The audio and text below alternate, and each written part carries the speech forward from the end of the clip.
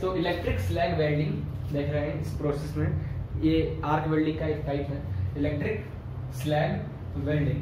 क्या करते हैं, जब भी हमें दो वर्क पीस को वेल्ड करना होता है by the help of electric slag welding process, तो हम एक मोल्ड बनाते हैं।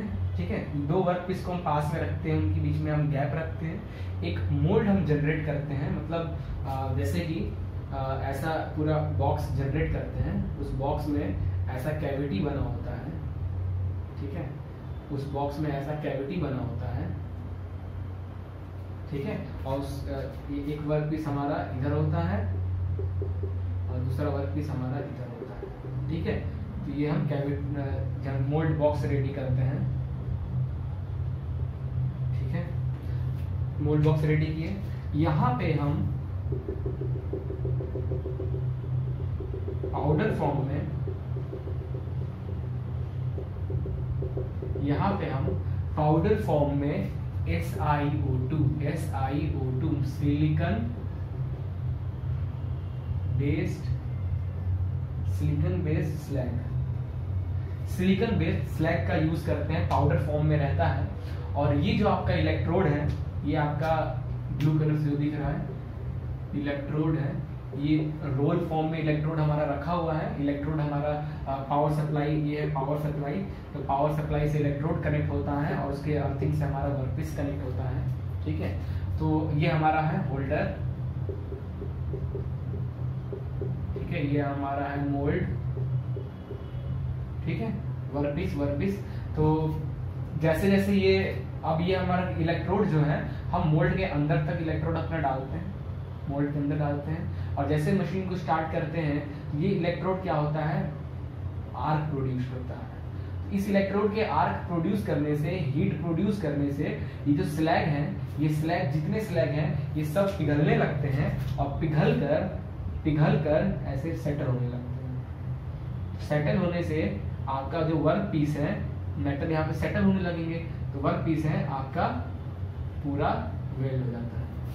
ठीक है, इसके हीट होने से, और ये कंज्यूमेबल है। जैसे जैसे ये कंज्यूम होता रहता है, यहाँ रोलर लगा होता है, ये रोलर इसको और भेजता जाएगा अंदर, और भेजता जाएगा अंदर। ठीक है, तो हीट होने से आपका जो सिलिकॉन बेस्ड स्लैग है वो हीट होता है, मेल्ट होकर ऐसे सेट होने लगता है वर्क पीस के बीच में। ठीक है, तो इस वेल्डिंग प्रोसेस को हम बोलते हैं electric slag welding process. Slag का यूज कर रहे हैं, नाम से याद होना चाहिए, SiO2 सिलिकॉन बेस्ड स्लैग का हम यहाँ पे यूज कर रहे हैं।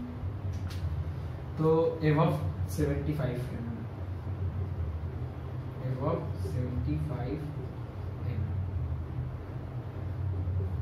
तो इस प्रोसेस में हम 75 mm से ऊपर अगर कोई है हमारा single pass, in single pass 75 mm से ऊपर के थिकनेस वाले कोई शीट को या फिर कुछ मटेरियल को आप वेल्ड कर रहे हो, तो सिंगल पास में 75 mm से एबव वाले जो है सिंगल पास में आप वेल्ड कर सकते हो। और जाहिर सी बात है, एक ही बार तो ये सेटअप हम करेंगे, और जहां एक पावर दिए कि पूरा ये मेल्ट होना चालू हो गया सिंगल पास में, तो वेल्ड हो गया। तो 75 mm से ऊपर वाले जितने भी हमारे वर्कपीस होते हैं, मेटल होते हैं, उनको वेल्ड करना हो, तो आप ये submerged electric slag welding process को आप इजीली यूज कर सकते हो।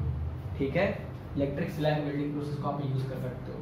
तो फिर से मैंने TIG का लिखा है, सिंगल पास है मतलब जैसे ये वर्क पीस है, एक बार मैं अपना इलेक्ट्रोड ऐसे ले जाऊं, ये वेल्ड हो जाए, बार बार ना ले जाना पड़े। ठीक है, तो सिंगल पास TIG में एक सिंगल पास में 5 mm तक का वेल्ड कर सकता है। अच्छा, MIG में 30 mm तक, 30 to 25 mm तक की प्लेट्स को या फिर वर्क पीस को सिंगल पास में वेल्ड कर सकता है MIG। ठीक है, और जो सबमर्ज्ड आर्क वेल्डिंग है वो 75 mm तक का जो सीट है वर्क पीस है उसको सिंगल पास में वेल्ड कर सकता है। और इन इलेक्ट्रिक आर्क वेल्डिंग या इलेक्ट्रिक स्लैग वेल्डिंग में हमारा 75 mm से ऊपर के जो में है सिंगल, क्योंकि ये तो सिंगल वाला ही काम है ना, एक ही बार में ये काम सेटअप जनरेट करो तो उसको इजीली वेल्ड कर सकता है। तो ये था हमारा इलेक्ट्रिक स्लैग वेल्डिंग प्रोसेस। ठीक है, with the help of electricity के हेल्प से हम यहाँ पे आर्क जनरेट करते हैं। तो आर्क जनरेट होने से हीट पैदा होता है, हीट पैदा होने से जो भी स्लैग यहाँ पे सिलिकॉन बेस्ड स्लैग है वो मेल्ट होकर दोनों वर्क पीस के बीच में ऐसे सेटल होने लगता है। ठीक है, उससे हमारी दोनों वर्क पीस वेल्ड हो जाती है। क्लियर है? तो ये था हमारा आर्क वेल्डिंग के, जो भी मैंने 6 है ना, 6 टाइप का आपको आर्क वेल्डिंग बताया। तो ये हमारा शायद फ्यूजन चल रहा था, क्योंकि हमने वेल्डिंग में आपको डायग्राफ बनाया था ना, मेट्री वेल्डिंग में एक fusion welding, non fusion welding. Fusion welding में हमारा गैस वेल्डिंग, आर्क वेल्डिंग और केमिकल वेल्डिंग। ठीक है, तो नेक्स्ट लेक्चर में हमारा गैस वेल्डिंग मैंने बता दिया, आर्क वेल्डिंग के सारे बता दिए। इसके बाद आता है केमिकल वेल्डिंग, जिसमें थर्मिट वेल्डिंग हम डिस्कस करेंगे डिटेल में।